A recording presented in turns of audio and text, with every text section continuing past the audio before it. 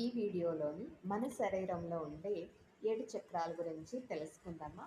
మొదటి చక్రం మూలాధార చక్రం, రెండవ చక్రం స్వాదిష్టాన చక్రం, మూడవ చక్రం మూలాధార చక్రం, నాలుగవ చక్రం అనహతా చక్రం, ఐదవ చక్రం విశుద్ధి చక్రం, ఆరవ చక్రం ఆజ్ఞా చక్రం, ఏడవ చక్రం సహస్ర చక్రం.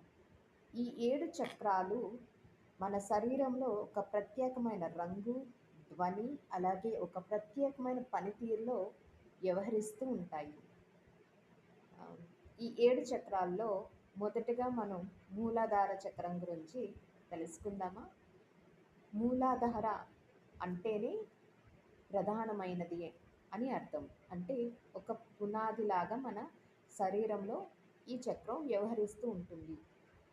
అందరూ ఏమనుకుంటారంటే మూలాధార చక్రం అంటే ఎక్కడో అట్టడుగున ఉంటుంది, దానిపైన అంత కృషి చేయాల్సిన అవసరం ఉండదు అని చెప్పేసి. ఇక్కడ నేను మీకు ఒక చిన్న ఉదాహరణ చెప్తాను. ఒక భవనం స్థిరంగా ఉండాలి అంటే పునాదులు బలంగా దృఢంగా ఉండాలి. ఎప్పుడైతే పునాదులు దృఢంగా బలంగా ఉంటాయో ఆ భవనం స్థిరంగా ఉంటుంది.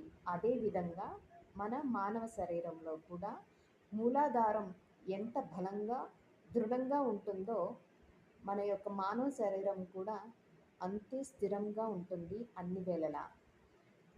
మరికొన్ని చక్రాల గురించి, అలాగే మిగతా చక్రాల గురించి తెలుసుకుందామంటే please share, subscribe and comment.